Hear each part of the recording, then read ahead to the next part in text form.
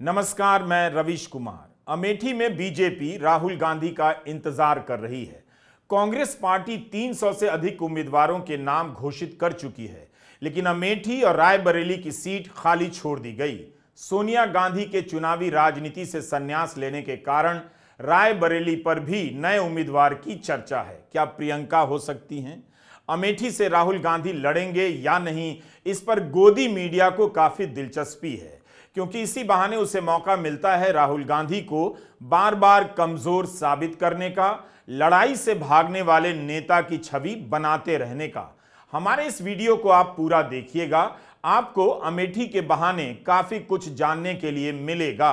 राहुल के आने के पहले से ही स्मृति ईरानी राहुल को अमेठी में लाने लगी हैं, मगर ऐसा क्या है कि राहुल गांधी कभी स्मृति ईरानी का नाम नहीं लेते?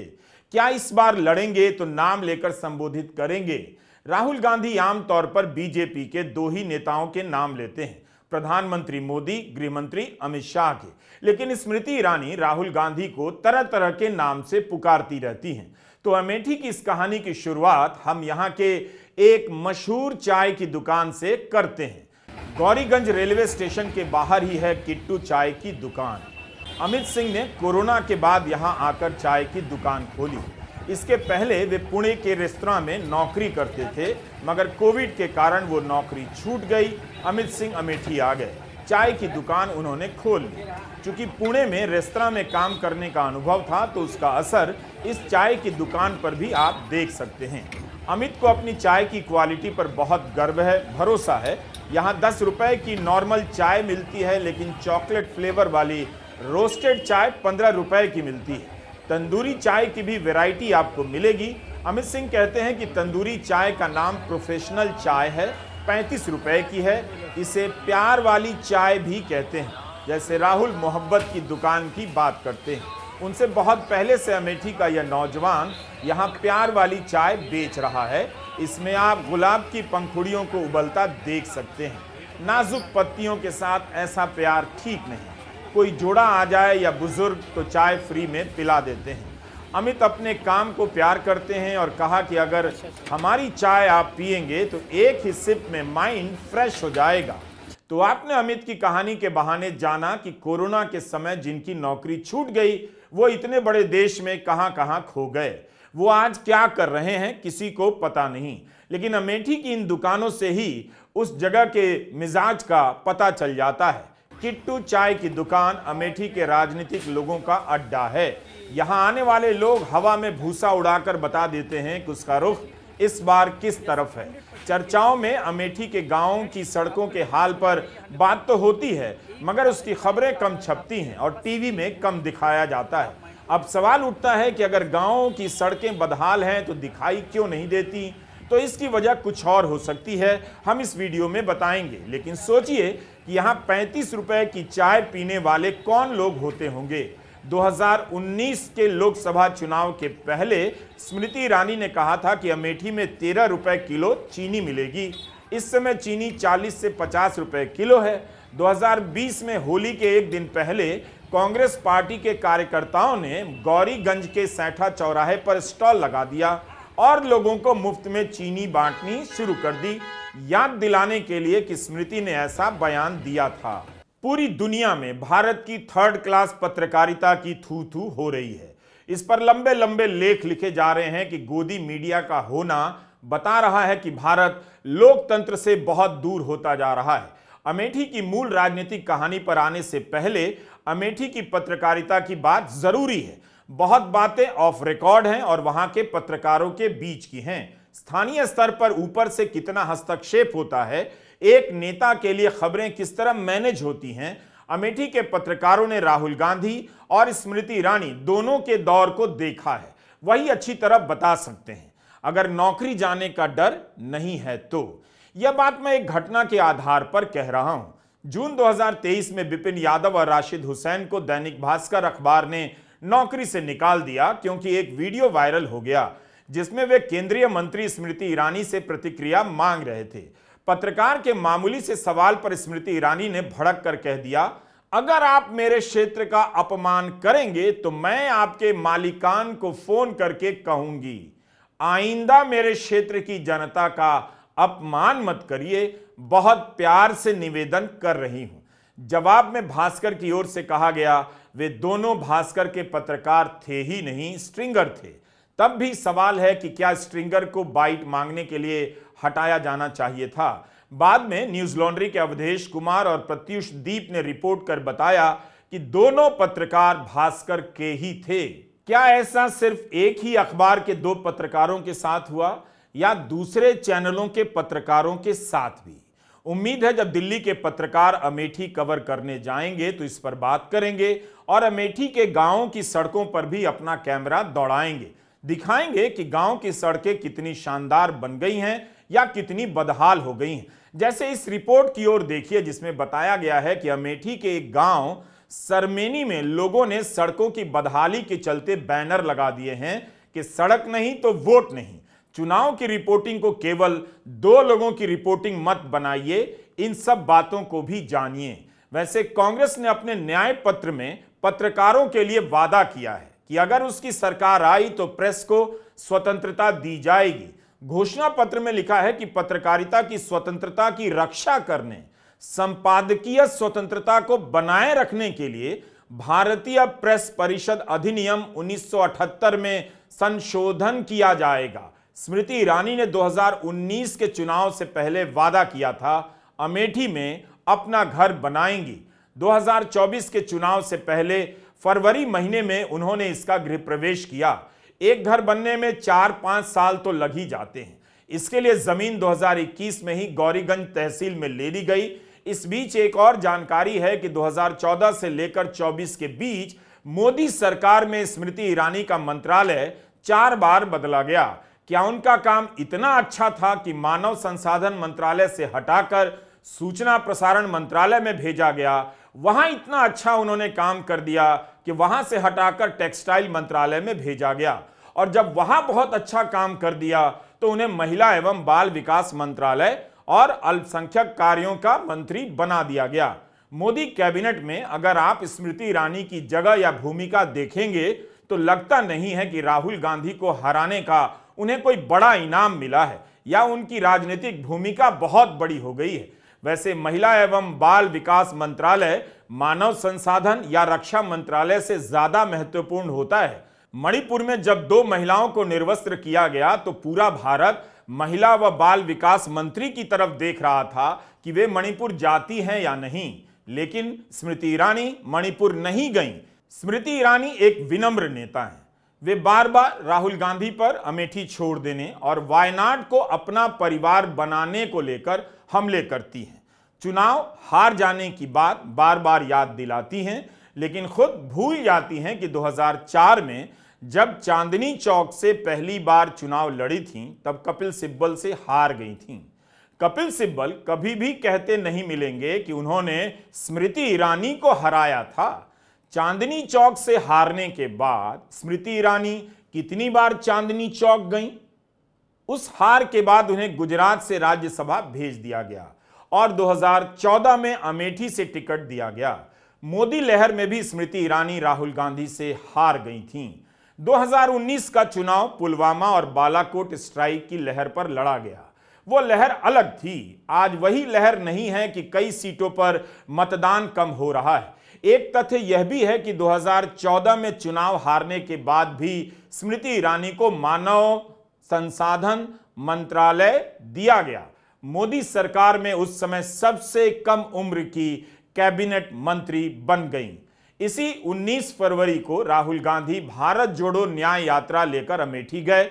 यह उनकी तीसरी यात्रा थी 2019 के बाद। इससे पहले सितंबर 2022 में राहुल गांधी कन्याकुमारी से कश्मीर की पदयात्रा पर चले गए। उसके बाद जनवरी 2024 में दोबारा भारत जोड़ो यात्रा शुरू की और इसी के सिलसिले में 19 फरवरी को राहुल गांधी अमेठी आए। लेकिन 2019 का चुनाव हारने के बाद भी जुलाई महीने में ही राहुल गांधी अमेठी गए थे। वहां उन्होंने कांग्रेस के कार्यकर्ताओं से मुलाकात की और विधानसभा क्षेत्रों और गांवों का दौरा किया था। उस वक्त उन्होंने ट्वीट किया था कि अपने घर आया हूं। फिर दिसंबर 2021 में यूपी विधानसभा चुनाव से पहले पदयात्रा में अमेठी आए और कहा था कि अमेठी मेरा घर है, मुझे कोई यहां से अलग नहीं कर सकता। लेकिन स्मृति ईरानी बार बार कह रही हैं कि राहुल ने अपना घर और परिवार बदल लिया है, वायनाड को अपना लिया है। सब जानते हैं 26 तारीख को वायनाड का वोट हो जाएगा, उसके बाद गांधी का काफिला अमेठी आएगा, जानते हैं ना सब। अब मैंने राजेश से कहा कि हमारा नाता 10 साल पुराना है, लेकिन आज भी घर परिवार में कुछ भी होता है तो हम साथ में उठते बैठते हैं, सुख दुख में एक दूसरे का हाथ बटाते हैं, भाई बहन के नाते। ये रिश्ता आज भी कायम है। लेकिन राहुल गांधी ने जो तथाकथित रिश्ता अमेठी से जोड़ा था 15 साल लापता रहकर, वो रिश्ता तोड़ दिया जब वो वायनाड चले गए। वायनाड में नामांकन करते वक्त उन्होंने घोषित कर दिया वायनाड ही उनका परिवार है। अब मैंने राजेश से कहा, राजेश हम दोनों तो गरीबी से उठकर यहाँ तक आए हैं, हमने जीवन में कई अनुभव ऐसे देखे जब लोग रंग बदलते हैं, लेकिन परिवार बदलते गुरुजी हम पहली बार देखे। और राहुल गांधी के एक नेता ने वायनाड में ये तक कह दिया कि राहुल जी वायनाड से इसलिए लड़ रहे हैं क्योंकि वायनाड की जनता ज्यादा वफादार है। इसका मतलब हम सब क्या हुआ, 15 साल लापता सांसद को सबने ढोया, 15 साल सम्मान किया रिश्तों का, जब वो रिश्ता तोड़ गए अब आएंगे 26 बाद नया रिश्ता बनाने का प्रयास करेंगे, पुराने रिश्तों की दुहाई देंगे। राहुल गांधी जितना अमेठी अमेठी नहीं करते हैं, स्मृति ईरानी अमेठी में राहुल राहुल करती हैं। स्मृति ईरानी के बयानों को देखेंगे तो लगेगा कि बीजेपी के भीतर उन्हें राहुल गांधी का एक अलग डिपार्टमेंट दे दिया गया है। वैसे प्रधानमंत्री राहुल गांधी को शाहजादा कहते हैं, अमित शाह राहुल बाबा कहते हैं, लेकिन स्मृति ईरानी राहुल को टारगेट करने का कोई मौका कभी नहीं छोड़ती हैं। 6 अगस्त 2023 को राहुल गांधी की सदस्यता सुप्रीम कोर्ट ने बहाल कर दी। उसके 3 दिनों के बाद 9 अगस्त 2023 को राहुल गांधी ने लोकसभा में भाषण दिया। जिस समय ईरानी का जवाबी भाषण चल रहा था, उसी समय राहुल गांधी ने बाहर जाते वक्त बीजेपी की बेंच की तरफ कुछ इशारा किया तो स्मृति ईरानी ने मुद्दा बना दिया कि उन्होंने फ्लाइंग किस किया है। कहने लगी कि इससे पता चलता है कि राहुल किस तरह के परिवार से आए हैं, महिलाओं के प्रति उनके परिवार और पार्टी का क्या नजरिया है। काफी बड़ा मुद्दा बन गया। इसके बाद बीजेपी की 22 महिला सांसदों ने भी इसे लेकर लोकसभा के स्पीकर को पत्र लिख दिया था। स्मृति ईरानी के ट्विटर हैंडल को देखें तो वे लगातार अमेठी को लेकर कुछ न कुछ लिखती पाई जाती हैं, अपने काम के बारे में बताती रहती हैं। 2019 में स्मृति ईरानी 55,000 वोटों से जीती थी। अगर राहुल गांधी इस बार अमेठी से पर्चा भरते हैं तो तीसरी बार दोनों के बीच मुकाबला होगा। 26 तारीख को अमेठी में नामांकन शुरू हो गया, 3 मई तक इसकी प्रक्रिया चलेगी। 20 मई को 5वें चरण में वहां मतदान होगा। बीजेपी ने स्मृति ईरानी का नाम पहली ही सूची में घोषित कर दिया था। वे अमेठी से तीसरी बार चुनाव लड़ रही हैं। स्मृति ईरानी अमेठी में काफी पहले से सक्रिय हो चुकी हैं। उनकी सभाएं शुरू हो गई हैं। सांसद बनने के बाद उनके यहां आने को लेकर कोई शिकायत नहीं, वे आती रही हैं। 2014 में हार जाने के बाद भी स्मृति यहां आती रही हैं, जिसके कारण 2019 में उन्हें जीत मिली। स्मृति ईरानी को आप लोगों से पर्चा लेते हुए यहां देख सकते हैं, मगर सांसद की सक्रियता के अलावा आप इस वीडियो में अमेठी के विकास, अमेठी के गांवों के विकास की तस्वीर नहीं देख रहे हैं। हमारे पास है भी नहीं। 2019 चुनाव से कुछ हफ्ते पहले अप्रैल के महीने में जब अमेठी के पूरब द्वार गांव के खेतों में आग लग गई, तब तत्कालीन अमेठी उम्मीदवार और केंद्रीय मंत्री स्मृति ईरानी ने वहां दौरा किया, हैंड पंप से पानी निकालकर लोगों की मदद की। उस वीडियो का ट्वीट आज भी ANI के हैंडल पर है, जिसके कमेंट में लोग स्मृति ईरानी की तारीफ भी करते हैं और आग लगने की घटना पर शक भी। अमेठी को लेकर बीजेपी ने एक कैंपेन वीडियो जारी किया है, मैं अमेठी बोल रही हूं। क्या बीजेपी ने किसी और संसदीय क्षेत्र के लिए अलग से वीडियो जारी किया है, जैसे मैं सहारनपुर बोल रहा हूं, मैं आगरा बोल रहा हूं, मैं लखनऊ बोल रहा हूं, या केवल अमेठी के लिए वीडियो जारी हुआ है, मैं अमेठी बोल रही हूं। बीजेपी भी अमेठी के लिए पूरी तरह से तैयार लगती है।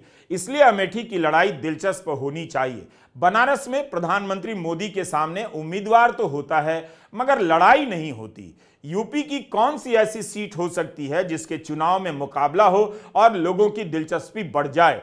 ऐसी दो ही सीटें हैं, अमेठी और कन्नौज। पहले चर्चा थी कि अखिलेश यादव कन्नौज से नहीं लड़ेंगे।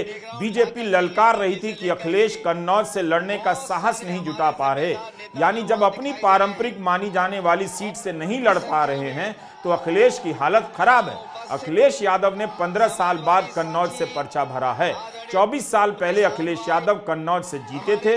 2019 के चुनाव में आजमगढ़ से चुनाव लड़े, जीत गए।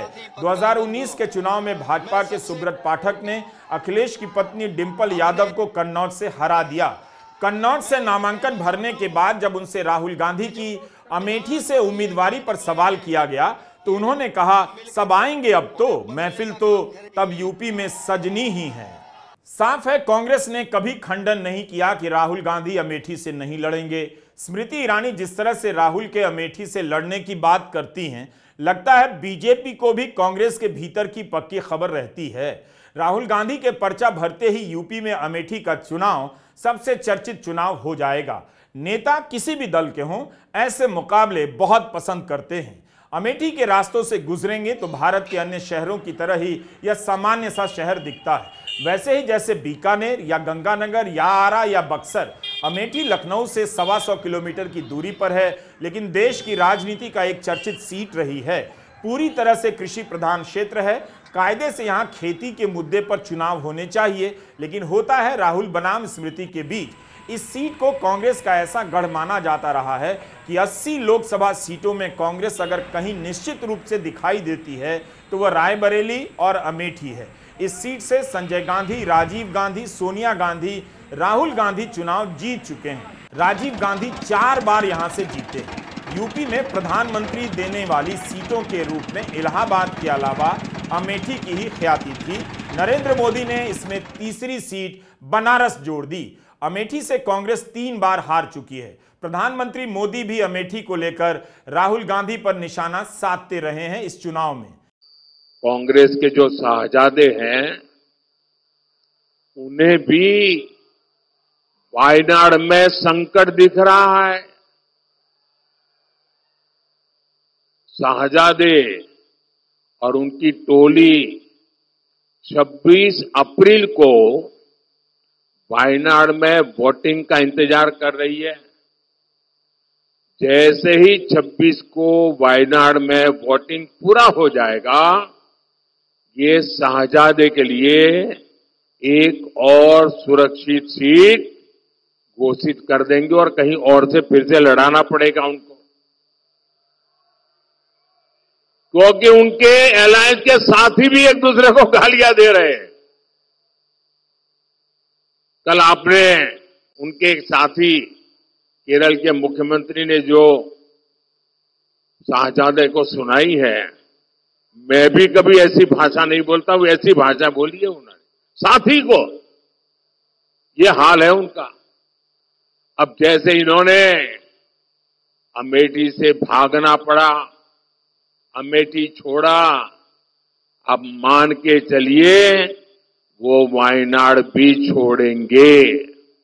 स्मृति ईरानी इस बात का भी मुद्दा बना रही हैं कि राहुल गांधी अयोध्या में राम मंदिर के उद्घाटन में नहीं गए।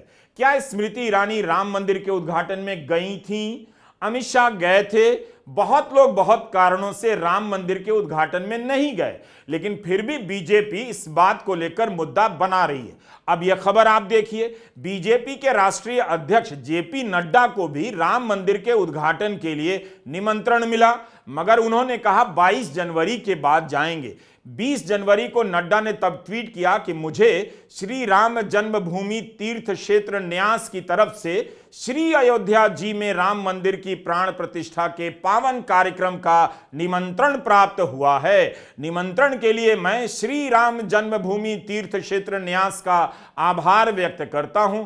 500 साल के संघर्ष के बाद हमें राम मंदिर का भव्य निर्माण होते देखने का सौभाग्य प्राप्त हो रहा है। मैं प्राण प्रतिष्ठा के कार्यक्रम के बाद जल्द ही सपरिवार दर्शन के लिए अयोध्या जाऊंगा। 22 जनवरी को मैं झंडे वालान मंदिर नई दिल्ली के प्रांगण से प्राण प्रतिष्ठा के कार्यक्रम का साक्षी बनूंगा। बीजेपी के अध्यक्ष भी तो बुलाने पर नहीं गए अयोध्या।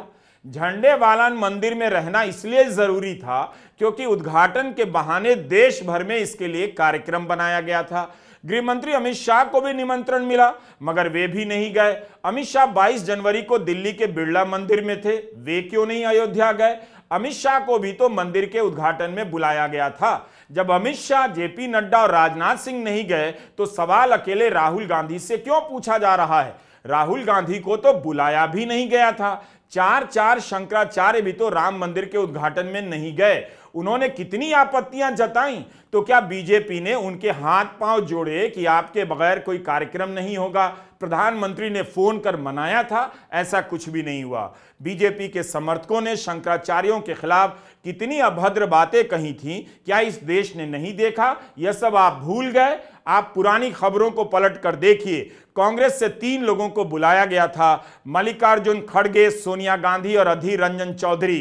तो स्मृति ईरानी किस आधार पर कह रही हैं कि राहुल गांधी को बुलाया गया तो मंदिर के उद्घाटन में नहीं आए? वैसे भैया जो जय श्री राम का जय घोष कर रहे हैं, अभी तक हम लोग अमेठी में मुद्दे ढूंढ रहे थे, अब हम कांग्रेस का प्रत्याशी ढूंढ रहे हैं। लेकिन हमसे कहा गया है कि आज वायनाड का वोट हो गया है, इसके बाद कांग्रेस के प्रत्याशी आएंगे, लेकिन पहले राम मंदिर को जाएंगे। हमने कहा भैया निमंत्रण राम जी का ठुकरा दिए, अब मंदिर जाएंगे क्योंकि उनको लगता है मंदिर जाने से वोट पाएंगे। मतलब कि भगवान को भी धोखा देने जाएंगे। इसीलिए आज कहती हूँ कि जो इंसान को रिझाने के लिए भगवान से छल कर दे, वो हम सबका क्या खाक हो पाएगा? मैं तो कहती हूँ जो सच्चे मन से राम का नहीं, वो हमारे किसी काम का नहीं। आज मैंने जैसे ही कहा जो सच्चे दिल से राम का नहीं, दीदियों ने कहा वो हमारे किसी काम का नहीं। काम तो कांग्रेस के प्रत्याशी का भी नहीं है दीदी। क्या स्मृति ईरानी को यह भी पता है कि राहुल गांधी अयोध्या जा रहे हैं, राम मंदिर का दर्शन करेंगे, तब अमेठी आएंगे? कमाल है, इसकी कोई सार्वजनिक घोषणा तो नहीं हुई है, मगर वे अपने भाषणों में कहने लगी हैं कि पहले राम मंदिर को जाएंगे। स्मृति ईरानी ने साफ कहा है कि निमंत्रण राम जी का ठुकरा दिए, लेकिन राहुल को तो निमंत्रण ही नहीं मिला। कह रही हैं कि मंदिर जा रहे हैं क्योंकि मंदिर जाने से वोट मिलेगा, तो मंदिर के नाम पर वोट बीजेपी मांग रही है, हर रैली में इसका जिक्र कर रही है और इसके नाम पर वोट मांग रही है। हम आपको बता दें कि कांग्रेस ने बाकायदा सार्वजनिक रूप से पत्र जारी कर बताया कि क्यों उसके 3 नेता मंदिर के उद्घाटन में नहीं जा रहे हैं। कांग्रेस ने अपने पत्र में कहा था कि इस देश में करोड़ों लोग भगवान राम को पूजते हैं, धर्म एक निजी मामला है, मगर आरएसएस और बीजेपी ने अयोध्या के मंदिर को बहुत समय से एक राजनीतिक मुद्दा बनाया हुआ है। साफ है कि बीजेपी और आरएसएस के नेता अधूरे मंदिर का उद्घाटन केवल चुनावी फायदे के लिए कर रहे हैं। इसलिए 2019 के सुप्रीम कोर्ट फैसले की पालना करते हुए और वो करोड़ों लोग जो राम को पूजते हैं, उनकी भावनाओं के सम्मान में सोनिया गांधी, मल्लिकार्जुन खड़गे और अधीर रंजन चौधरी इस न्योते को अस्वीकार करते हैं, जो साफ तौर पर बीजेपी और आरएसएस का कार्यक्रम है। शशि थरूर ने कहा था कि कांग्रेस पार्टी को नहीं बुलाया गया था, उस निमंत्रण पत्र को आप किसी दूसरे को नहीं सौंप सकते थे। राम मंदिर के उद्घाटन में बीजेपी के ही अधिकतर नेताओं को नहीं बुलाया गया। यह सब हम भूल क्यों गए? उस समय किसे निमंत्रण मिला था, उसकी सूची भी तो देखिए। 22 जनवरी को राम मंदिर का उद्घाटन हुआ। इसके कुछ ही दिनों बाद 19 फरवरी को जब राहुल गांधी की यात्रा अमेठी पहुंची, तब उन्होंने इसे मुद्दा बनाया और उठाया। अमेठी में 25% आबादी अनुसूचित जाति की बताई जाती है। देखा ना, धूमधाम से हुआ, देखा ना। उसमें आपने किसी दलित को देखा? आपकी राष्ट्रपति, हमारी राष्ट्रपति आदिवासी हैं, उनको अंदर नहीं आने दिया। उनका चेहरा देखा आपने? किसी वहां पे किसान का चेहरा देखा? मजदूर का देखा? पिछड़े वर्ग के आपने लोग देखे वहां पे? नहीं। अदानी देखा? उसके बच्चे देखे? अंबानी देखा? उसके बच्चे देखे? सारे बिजनेस वाले देखे? नरेंद्र मोदी देखे? अमिताभ बच्चन दिखा?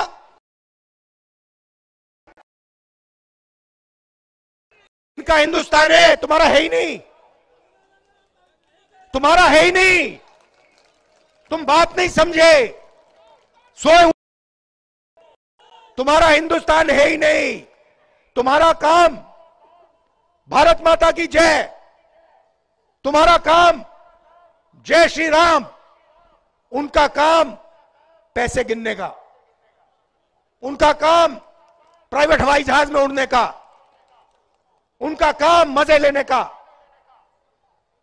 आपका काम इधर उधर देखने का।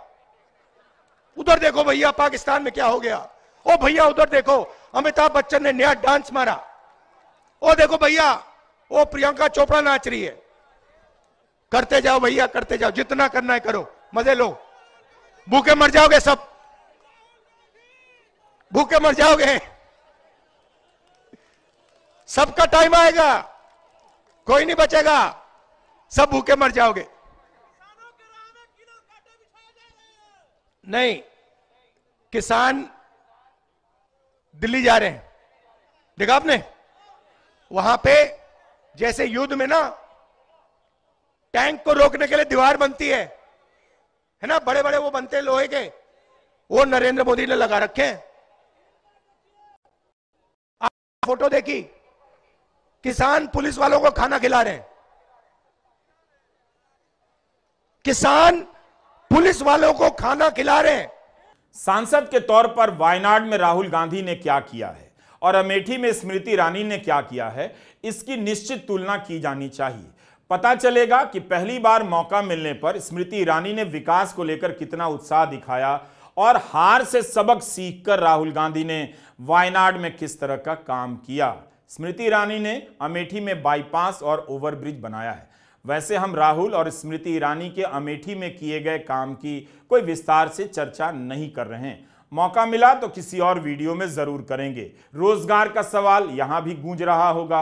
मोदी सरकार ने घोषणा पत्र में लिखा है कि पिछले 10 वर्षों में 1.4 करोड़ से अधिक युवाओं को पीएम कौशल विकास योजना के अंतर्गत कौशल प्रशिक्षण से कुशल बनाया जा रहा है। स्मृति ईरानी यही बता सकती हैं कि इनमें से कितने नौजवान अमेठी के हैं और उन्हें किस तरह का काम मिला है। 2019 में जब राहुल गांधी ने वायनाड से पर्चा भरा, उस समय विश्लेषक लिख रहे थे कि अमेठी ने गांधी परिवार से वफादारी तो निभाई, लेकिन नौजवानों ने वोट बदल दिया क्योंकि अमेठी का उतना विकास नहीं हुआ जितना गांधी परिवार को जिताने के बाद हो सकता था। क्या इस समय विश्लेषक ये बातें कर रहे हैं? क्या आपको मीडिया में अमेठी के विकास और नौजवानों के सपने पूरे होने की खबरें नजर आ रही हैं? 2 साल पहले जब अग्निपथ योजना लॉन्च हुई तब अमेठी में सड़कों पर युवक उतर आए। दैनिक भास्कर की रिपोर्ट में लिखा है कि प्रदर्शनकारियों ने दुर्गापुर अमेठी मार्ग जाम कर दिया और मांग की सरकार फैसला वापस ले। इसके 3 साल पहले भास्कर की एक और रिपोर्ट है कि अमेठी की सड़कों पर उतरे युवाओं ने 2 वर्ष से सेना में भर्ती नहीं होने पर प्रदर्शन किया। इस दौरान उन्होंने एआरओ ऑफिस का घेराव किया, भर्ती खोलने और ओवर एज को 2 वर्ष की छूट देने की मांग उठाई। यह सब उत्तर प्रदेश विधानसभा चुनाव से पहले हो रहा था। सवाल है कि राहुल गांधी अमेठी से लड़ेंगे तो क्या इस बार प्रियंका गांधी रायबरेली से लड़ेंगी? 2004 से ही प्रियंका गांधी अमेठी और रायबरेली के चुनावों का प्रबंधन करती रही हैं। जैसे स्मृति इस बार राहुल के अमेठी नहीं आने की गिनती गिनवा रही हैं। 2019 में वही बात प्रियंका गांधी कहा करती थी कि वे 5 साल में 16 बार अमेठी आईं, जबकि राहुल गांधी दुगनी बार आए। अमेठी में राहुल के पोस्टर इसी गेस्ट हाउस में दिखते हैं, लेकिन इस समय यह जर्जर सा लग रहा है। राहुल के आते ही यह गेस्ट हाउस चमकने लग जाएगा, लेकिन चुनाव केवल आने और चले जाने से तय नहीं होता। 2019 में प्रियंका गांधी पूर्वी यूपी की कांग्रेस अध्यक्ष थीं, लेकिन जैसे जैसे 2019 में अमेठी के चुनाव का दिन नजदीक आने लगा, प्रियंका गांधी अमेठी में व्यस्त हो गईं। चुनाव से करीब 1.5 महीना पहले 7 बार अमेठी आईं। आज प्रियंका गांधी गुजरात और महाराष्ट्र में थीं। यह लातूर का वीडियो है। उन्होंने एक सभा में अपने परिवार को निशाना बनाए जाने का मुद्दा उठाया। इन्होंने कितनी गाली दी हमारे परिवार को, इससे हमें कोई परवाह नहीं है। किसी को नहीं छोड़ा, माँ को नहीं छोड़ा, पिता को नहीं छोड़ा, दादी को नहीं छोड़ा, दादा को नहीं छोड़ा, परदादा को नहीं छोड़ा, भाई को नहीं छोड़ा, पति को नहीं छोड़ा, कोई बात नहीं करते रहे। 56 इंच का इनका सीना नहीं है, इनका सीना नहीं है, लोहे के सीने हैं हमारे।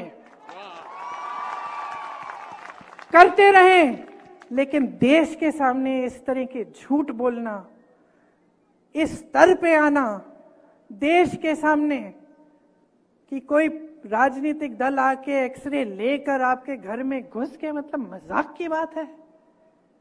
उत्तर प्रदेश में 2 चरणों के चुनाव हो चुके हैं। दोनों चरणों में मतदान को देख नहीं लगता कि इस बार मतदाताओं के बीच पुलवामा के आतंकी हमले और बालाकोट स्ट्राइक के बाद जैसा उत्साह है, जबकि राम मंदिर के उद्घाटन से बीजेपी को उम्मीद रही होगी कि मतदाता बड़ी संख्या में वोट करने आएंगे। बीजेपी राम मंदिर के नाम पर वोट मांग रही है, तब भी मतदान प्रतिशत का बुरा हाल है। राहुल गांधी को अमेठी जाना ही चाहिए, इस लड़ाई में अपना हाथ आजमाना चाहिए। अमेठी में राहुल के जाते ही यूपी की लड़ाई में जान भी आएगी। राहुल गांधी इस बार 2019 और 14 के राहुल से काफी अलग हैं। देखा जाएगा अमेठी में क्या होता है। नमस्कार, मैं रवीश कुमार।